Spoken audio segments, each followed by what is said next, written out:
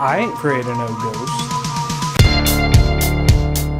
After rumors about Ghostbusters 3 were finally put to rest, it seemed like TWN would never ride again. But now, Paul Feig confirmed on Twitter this week that he'll be heading up a Ghostbusters reboot. Much like how Feig's previous film, The Heat, was a buddy cop movie that happened to star women, expect Ghostbusters to do the same. Feig has also said that the movie will be a complete reboot, so don't expect any continuity from the original films. In Smash Bros. News, now that Nintendo has sold 3 million copies of the game for the 3DS, they have finally given a release date for the Wii U version. While many have speculated about a 2015 release, the game will actually launch quite a bit earlier on November 21st. Which also happens to be the same day that Pokemon Omega Ruby and Alpha Sapphire hit the shelves. Yikes. And while you might not believe it, it looks like Naruto is finally coming to an end. After 15 years of ninja fighting, the final chapter of the manga will be published in Weekly Shonen Jump on November 10th. Expect the anime to follow suit within the next year or so. Over in American comics, the New York ComicCon is underway and Marvel is already teasing next year's big event. With Original Sin all wrapped up, Six's just getting started, and time runs out barely on deck, Marvel has announced Secret War.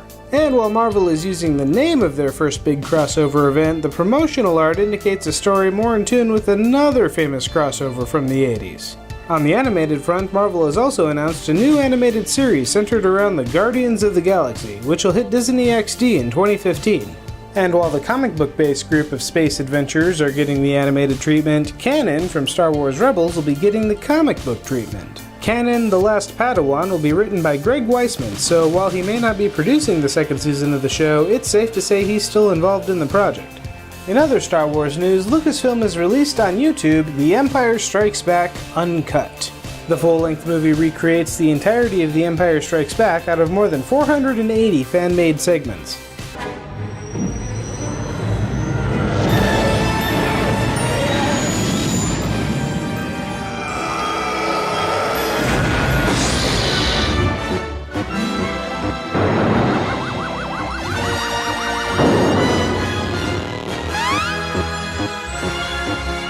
And finally, this week's awesome video is another masterpiece from Corridor Digital, who prove that you don't need physical strength or agility to be a parkour master. Just a camera and a good ladder.